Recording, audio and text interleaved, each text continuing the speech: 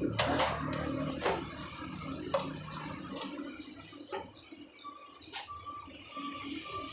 natin tanggalin.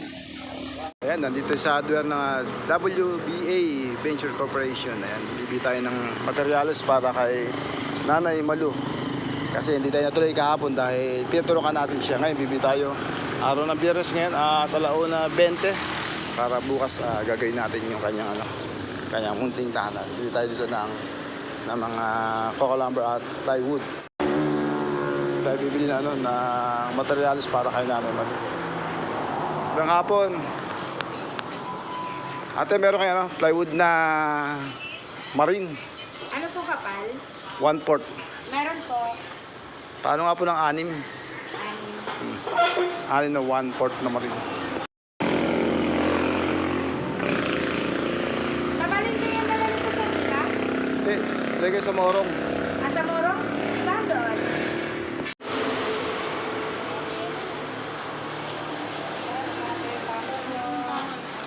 Sa akin ba, baka sa iba yan. Dahil pala ano. Mga pako lang yan, mga kaibigan, mga kalingap po. 2, 3, 4, 1. Yan ating ipapako sa ano. Gagawin nating bahay ni Nanay Malu.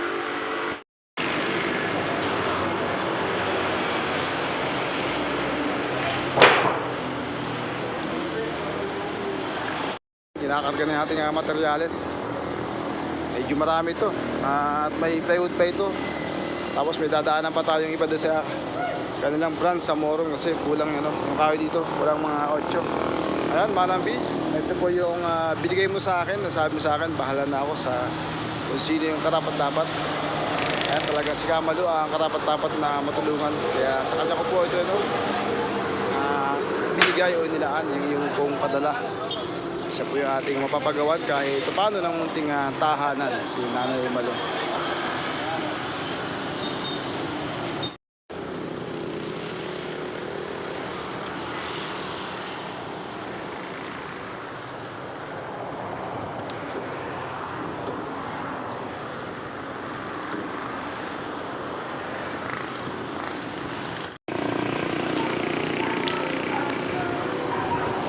Maraming salamat Manang Bis sa blessing sa tulong mo ito at meron tayong isang pamilyang magagawan ng bahay kahit paano.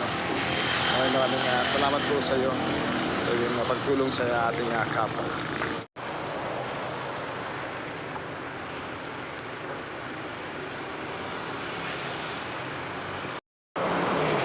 Ayun na Manang B, yung ating materyales. May dadaanan pa tayo sa Morong Rizal, yung branch nila doon.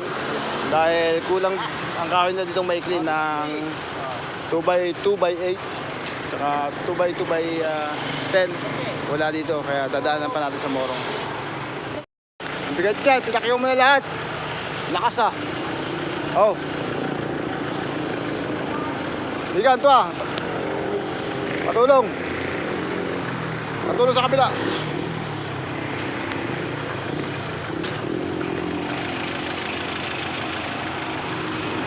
Pasampay mo dito na konti. Dito.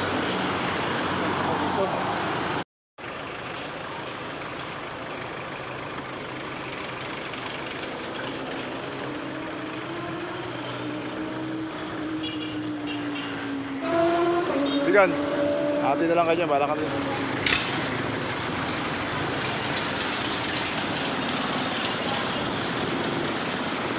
Hindi natin ang konting konsuelo para pinili yung kahoy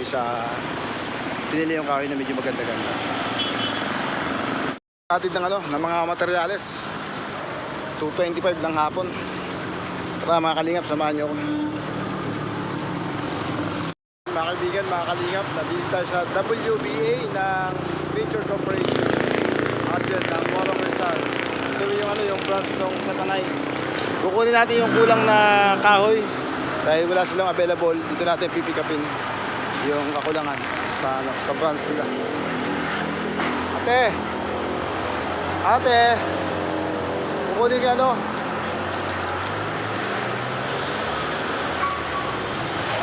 yung kulang na kahoy dun sa Tanay. Ito 14 bali ang nakahoy. Hindi ba in-inform sa inyo? Hindi kayo tinawagan? Ano ba ito? Ito bali ito, pipikapin ko ito.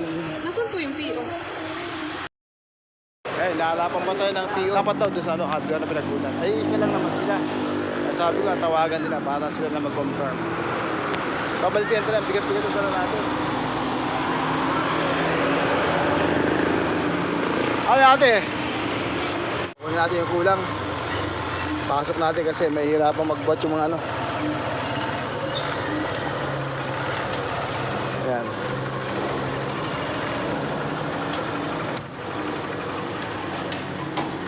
Ayan, bali titis-tisin pa rito yung kakulangan. Hindi pa pala ready.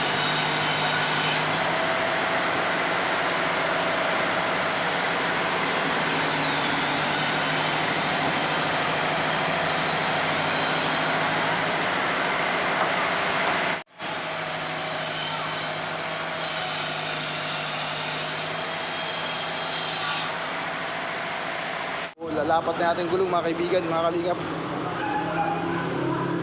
Yan sa bandang gitna lang, sa malapit sa driver. Para mabawi yung bigat.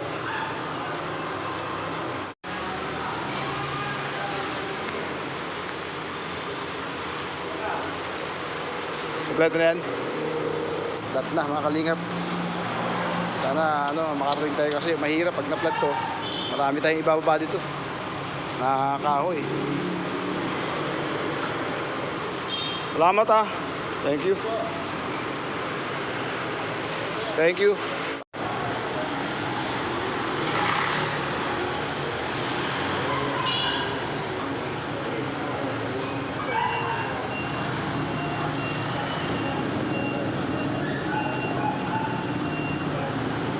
sir. Okay na boss. Okay, sir. Okay.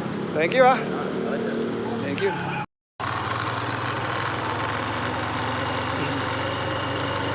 Ayan, full pa nga atin yung karga. Punong-puno. Ito yung materials to ay galing kay Manang B. Sabi niya, brother, ikaw na ang bahalang kung kanino mo gustong itulong, yung deserving itulungan. Ayan. Ito yung mga materials na para sa gagawin natin na bahay ni Nanay Malu. Na para sa akin talagang deserving na tulungan. Makikita naman nyo sa ating mga vlog yung kanyang bahay na sira-sira. Tuloy pa silang may karamdaman ng kanyang asawa. Kung di manlimos ang kamalo ay walang makakain sila. Kaya talagang siya yung aking napusuang bigyan at saka napakatagal ko nang pinapanawagan na sana may makatulong sa kanya. Kaya maraming salamat kay Manang B na nagpabigay ng blessing. Ayan, maraming salamat po. At pagkakaroon na lang bahay si Nanay Malu. Maganda lang dito yung mga yero niya ang ating magagamit. Kaya posibleng ako konti na lang ang kakailanganin. Ayan.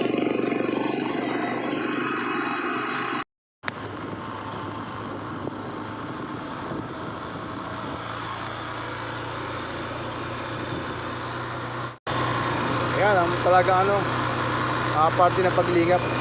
Itong lahat na ito, nakikita niyo materials ito, pati na sa bubong. Ako lang ang magbubuhat ito mag-isa. Kasi hindi pwede tumulong sa akin yung asawa ni Kamano. Dahil yun ay may higa at saka meron yung prostate. At si Kamano naman napakataba nun, saka stroke. Kaya wala makakatulong sa akin. Ako lang mag-isa makakalingap. Ayan, nandito na sa lugar ni Kamalo, ni Karoni. Ito na natin mga materyales. Nagpaalam tayo sa may tapat ng tindahan kasi siyempre ma-istorbo yung bibili sa kanila. Ngayon hindi naman tayo pwede sa kabila kasi tatawid-tawid pa tayo at dapat tayong kasama. Ayan, ang daming materials na yan. Tayo lang ang magbubuhat mag-isa niya, mga kaibigan, mga kalingap. Samahan nyo ko sa ating pagbaba ng unload ng ating materials para sa kay Nanay Malu at Tatay Ronnie. Tao po, Kamalo. Nasaan niya po nyo? Mga materyales. Para bukas ako gagawa. Maaga pa bukas pupunta ako rito kasi mainit Mainit.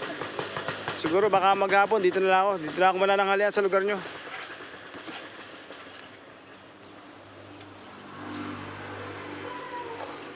Sige, ibaba ko muna Muna tayo, marami ito. Marami ito at bababa.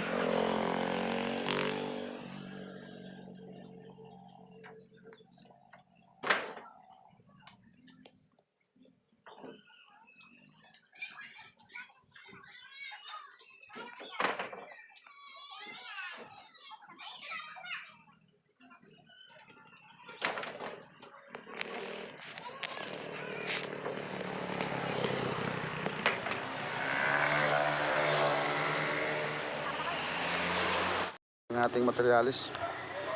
Kinuha lang nga ni Kamaloy yung iba kahit pipilay-pilay. Tinutulungan tayo. Ate, salamat po ha. Pasensya na po sa abala. Wala na yata. Salamat po. Abala po kasi natin yung tindahan.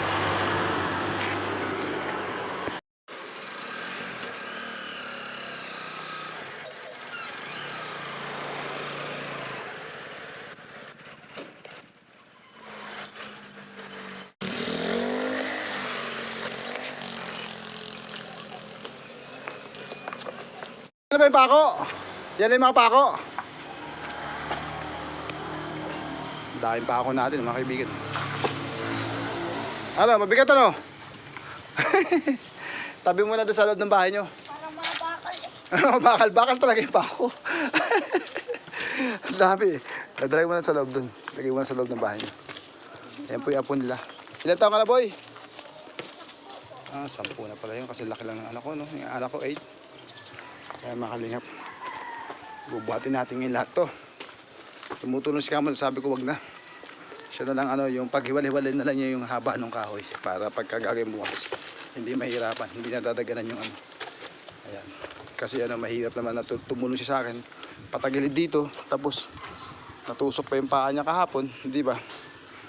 Dahil nahiya, wala kasama. Kaya sabi ko siya na lang para bang pagkasama-samay na lang niya haba kami bahala. Tutulungan mo ba ako?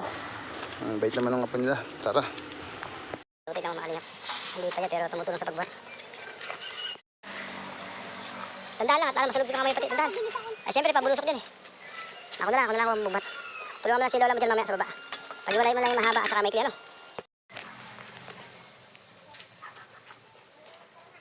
Wala, baka tayo masalugsog, mahirap. Lugsog tayo ito, wala lang garte.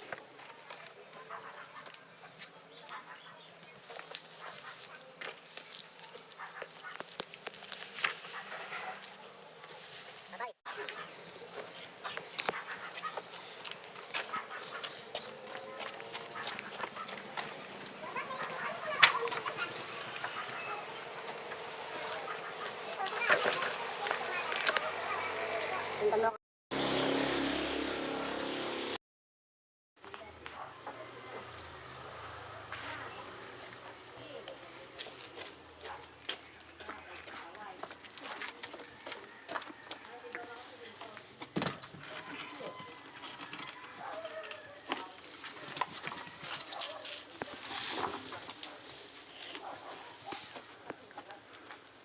Naku, dandan, dalaw-dalaw pa naman yung dala mo. Hindi lang kasi ano eh. Masalugsog kamay mo, masalugsog ka.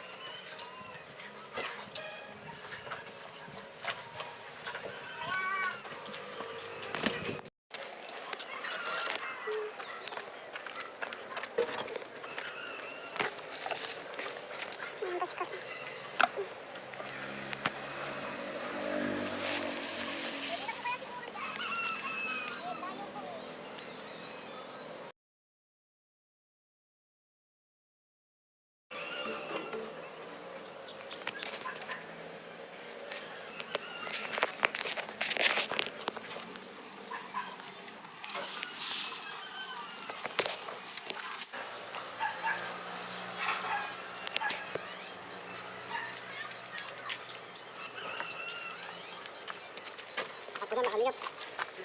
Ano yan? Magpapag na.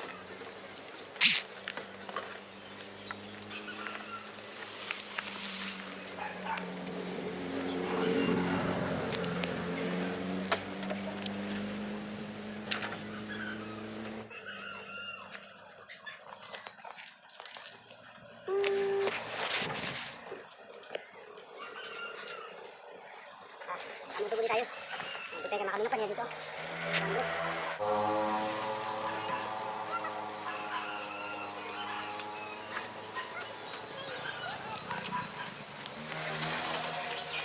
Ay, sa wakas. Sinjod.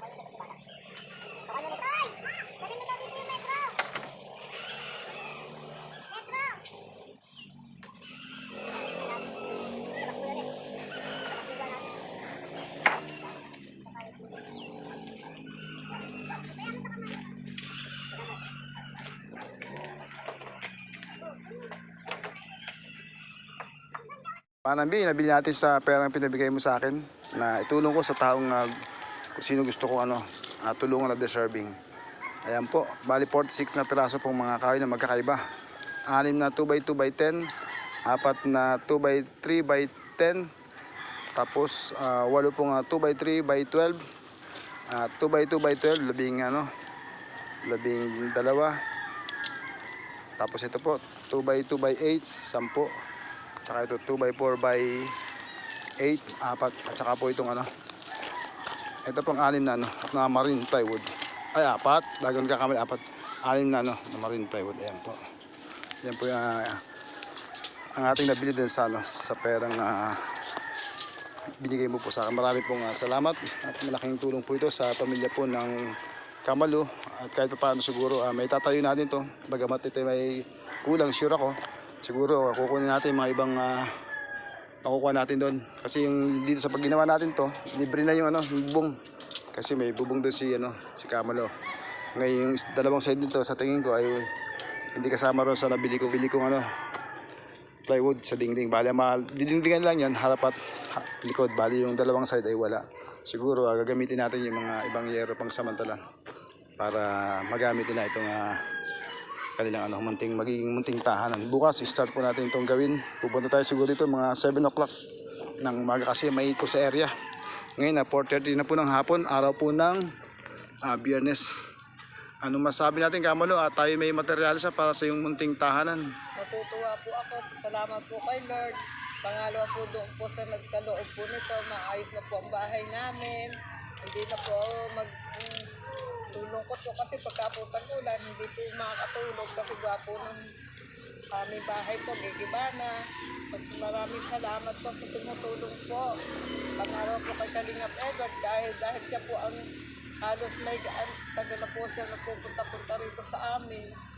Kaya po mabuti na lang po, talagang magiging maayos na po ang aming tutulugan. Pagka naayos po ito, lilipatan na po namin. Kasi po talagang gigiba na po yung bahay po namin. Pag itinayaan natin yung Kamalo, medyo maninibago ka. Alam mo kung bakit? Kung bakit ka maninibago? Mahinitan po kayo rito. Tama ba ako? Kasi po doon puro kawayan po yun At saka yun nga, sira-sira na po siya.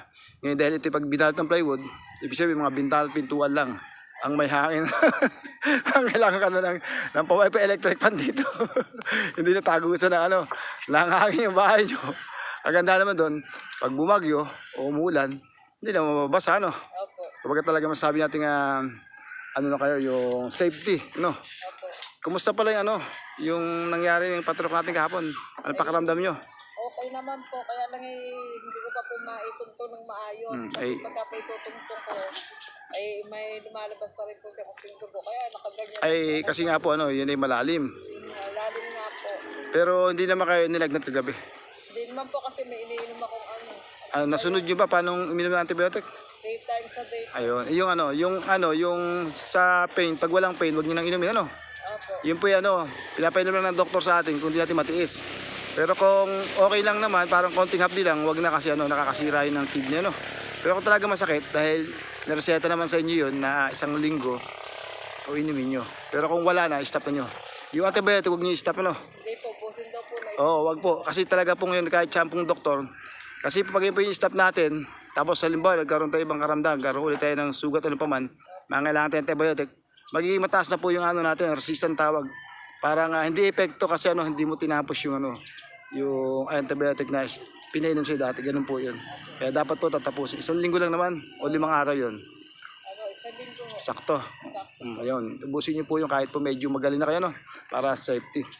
Kahapon po sana manang bibili na po natin itong mga materials na ito. Kaya lang, tayo papunta sa lugar ng Kamalo, nang hinatid ko muna anak ko doon sa eskwelahan. Tapos naisip kong daanan siya sa Jollibee kasi nga, pag nabili ko yung materials, sasabihin ko sa kanya, antayin niya ako, at isasakay ko na pauwi ng bahay na para hindi na siya mamasahe. Ngayon, tama-tama naman, nung dumaan ako, pauwi nga ako, papunta ako sa hardware.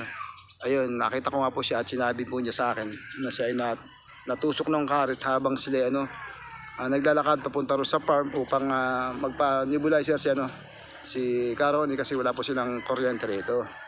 Ngayon alam ko na pagka isang tao natusok ng makalawang na bagay, lalo pa malalim, yun nga po yung pwede ma-infection, matetano. Kaya pinilit ko siya at ayun naman, sumama naman ang Kamalo na paliwanagan natin. At pinaliwanag naman sa inyo ng doktor, di ba? Kahapon. Na talagang delikado kung alam ko kasi po nararamdaman ko hindi kayo uuwi kasi nga alam ko yung kung hindi kayo manglilimos sa Jollibee, wala naman kayong pag-aarapan ng kayong pamilya, di ba? Kaya kinumbinsi kita, binigyan natin kahit yung pananghalian lang para makauwi ang Kamalo. Ang mabigat ito yung yung kanilang RHU walang kulang sa sa gamot, wala pong walang tatawag na anti-tetano. Wala sila dong available kaya tayo bumili pa sa Mercury para matulungan si Kamalo. At okay naman na at sabi niya hindi naman siya nilagnat at sa ngayon safe na po kayo kasi naturukan kayo. Saka meron tayong antibiotic. At ang isang maganda pa ron, parang nakakuha yata kayo nung nung ni Ronnie. Nabigyan kayo ng pangalan nun? Salbutamol Yun yung pang pausok ko. Tamo, magandang naging dating kahit sabihin natin natusok kayo. Nakahingi tayo ng ng kanyang pang pausok doon. Gamit na nga po niya kahapon yung tatlo Ito Kamalo, ang nagbigay nito, itong blessing na ito, nasabi niya itulong mo sa karapat-dapat. Alam ko ikaw ang karapat-dapat talaga. Si Manang B po Manang B po ng Israel. Pasalamatan po natin si Manang B ng Israel. Maraming salamat po sa inyo, Manang B, kasi po mambubago na po yung bahay namin. Kaya naman po kasi may pinatukunan, nanlilibot lang po ako, kaya di kami makabili.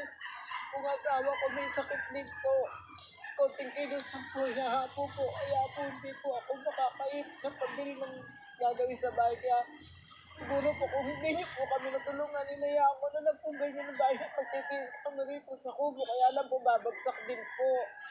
Maraming salamat po sa blessings ni Lord at sa blessings niyo po sa amin. Lubos po akong natutuwa at masaya po ako kasi po maayos po yung bahay namin. Talaga pong natutuwa ako. Salamat po kay Kalingap Edward. Talagang sa tagal-tagal na po binabalik-balikan kami. Ito po na magkaroon po doon na mabigyan ng deserving kami po ang napili niya. Salamat po sa inyong tulong, Manang B. Talagang matagal na po talaga sa puso kita Kamalo. Kaya nga dinala ko sila dito, kaya lang umuwi naman sila ng probinsya. Ngayon, nung sinabi nga ni Manang B, ipagawa mo ng Quezon. Ngayon, alam ko wala naman akong papagawa ng Quezon kasi sira naman yung bahay nung kay Leonie. Ngayon, di ba matagal na tayo nananawagan, tapos dinala ko siya para sana siya kayo makapagpagawa. Kaya lang, wala pa siyang. At nagkataon naman si Manang B, nagsabi sa akin na itulong mo sa deserving kung sinong gusto mong tulungan. Ayun, kaya ikaw po talaga yung aking pinagtuunan to ng materials na galing sa kanya. At ito naman ay sinabi ko kay sa kanya na ako na lang ang magpapagawa ng bahay ni Kamalo. Okay naman kay na tayo tayo na lang ang maggawa siguro. Mayroon pa rin siyang busy pa siya wala pang sabi natin yung mag-i-sponsor kaya ibigay na rin na pinagpaubayan si sa atin maraming salamat po Manang B sa iyong blessing na binigay sa akin at meron po tayong isang pamilyang natulungan sa iyong pera at nabili po natin materyales. Siguro bibilang po tayo ng 5 araw o 7 araw, isang linggo. Gagawin ko ito po bukas ng umaga. Siguro dito na po ako manananghalian dahil malayo po ito. Alam naman natin lahat na talagang kasi talagang tawag doon mataas. Tsaka siyempre isa lang naman akong gagato kaya siguro maghapon po ako dito bukas. Babalik na lang ako dito Kamalo bukas Opo. Kamalo, babalik na lang ako bukas Sige po, ingat po. Tutuloy na ako kasi medyo makulimlim na Opo, gagawin po kayo. Sige bukas na po. Ingat po kayo, Kalingap. God bless po. God bless po. Tara po, tuloy na po. Thank you po. Opo. Bukas na lang yung antayin. Ayan Manang B. Nabili na natin materyales yung perang binigay mo. Nasabi mo ikaw nang bahala kung sinong gusto mong tulungan. Maraming po nga salamat. At meron tayong taong natulungan doon sa yung pinadala si Kamalo na matagal ko na pinapanawagan na magkaroon nga ng bahay. Ayun, bilhin natin materyales at tingnan lang natin kung saan naabot yung materyales natin binili. Bukas gagawin ko yung mga binili natin materyales para hanggang hindi pa nagtatagulan. Sana mayari ko para sila tulong at makalipit sila dahil talaga kung sila kayo sa akin laki-laki ko sila talaga. Maraming salamat po sa sumusuporta sa aking YouTube channel. mga sumasama po sa live, sa ating prayer. Maraming po na salamat po. Salamat po sa suporta. Sana patuloy po sa suporta. Ayan po,